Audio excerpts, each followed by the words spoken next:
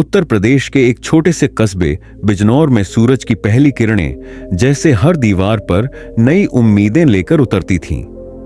मिट्टी की खुशबू और आम के पेड़ पर बैठा मोर जैसे एक नई सुबह का गीत गा रहा हो। उसी कस्बे में रहती थी एक 18 साल की लड़की मीरा। उसकी चाल में शालीनता, आंखों में चमक और बातों में समझदारी थी। सब लोग मोहल्ले में उसे मोरनी कहते थे, क्योंकि जब वो हंसती थी लगता जैसे कोई मोर बारिश की बूंदों में नाच रहा हो। मीरा के पापा एक छोटे दुकानदार थे और मां घरेलू महिला। परिवार सीधा सादा था, पर एक पुराना सिद्धांत था, लड़कियां ज्यादा नहीं उड़ती, उन्हें तो घर की चौखट में रहना चाहिए। मीरा 12वीं में टॉप करने वाली पहली लड़की थी उस गांव की।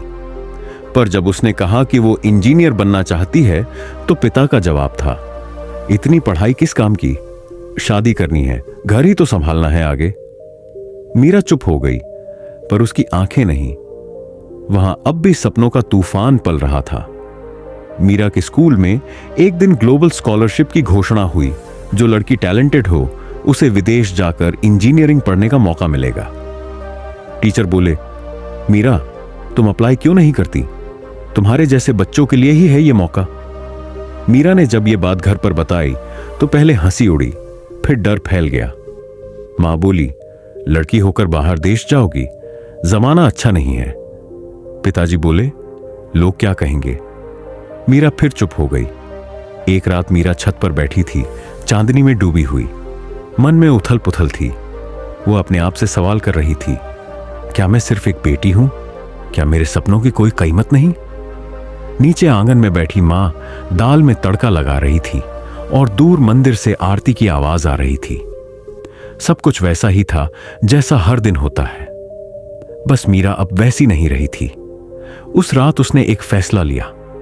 मीरा ने अपने कॉलेज की मैडम से मदद ली, फॉर्म भरा, इंटरव्यू की तैयारी की और सब कुछ खुद किया। घर वालों को उसने एक चिट्ठी लिखी, मैं मोरनी हूं, मुझे उड़ान चाहिए। आप मुझे बहुत प्यार करते हैं, मैं उस प्यार की लाज रखूंगी, लेकिन अगर आज मैं ना उड़ी तो हमेशा के लिए इस पिंजरे में कैद रह जाऊंगी। मैं जा रही हूं, पर आपकी बेटी बनकर, और एक दिन लौटूंगी आपकी गर्व बनकर। मीरा को स्कॉलरशिप मिल गई। वह पहली बार ट्रेन से दिल्ली पहुंची, फिर वहां से प्लेन से जर्मनी। विदेश में उसे सब कुछ नया लगा, भाषा, लोग, संस्कृति। कई बार उसने खुद से कहा, क्या मैं कर पाऊंगी? लेकिन जब भी थकती मां की आवाज याद आती, हमेशा अपने संस्कार साथ रखना बेटा। जर्मनी में उसे काम के साथ पढ़ाई करनी पड़ी।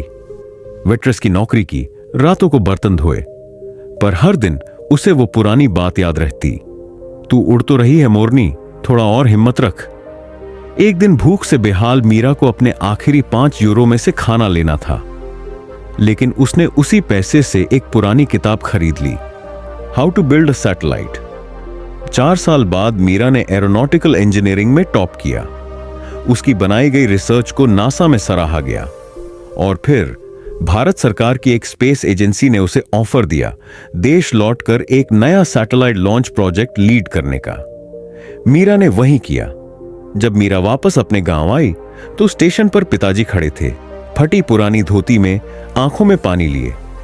बेटा माफ कर देना, तुझसे दूर किया, पिंजरे में रखना चाहा, आज समझ आया तू हमारी इज्जत बढ़ा गई। मीरा ने सिर्फ एक शब्द कहा, अब भी वही मोरनी हूं, बस अब उड़ना सीख गई हूं। मीरा ने गांव में एक संस्था खोली, उड़ान, जहां वह गांव की लड़कियों को साइंस, टेक्नोलॉजी और आत्मनिर्भरता सिखाती थी। हर क्लास में वह एक बात जरूर कहती, पिंजरा चाहे सोने का हो, पंखों की आजादी सबसे जरूरी होती है। जब भी कोई मोरनी उड़ान भरती है तो सिर्फ वो नहीं बदलती, पूरा आकाश बदल जाता है।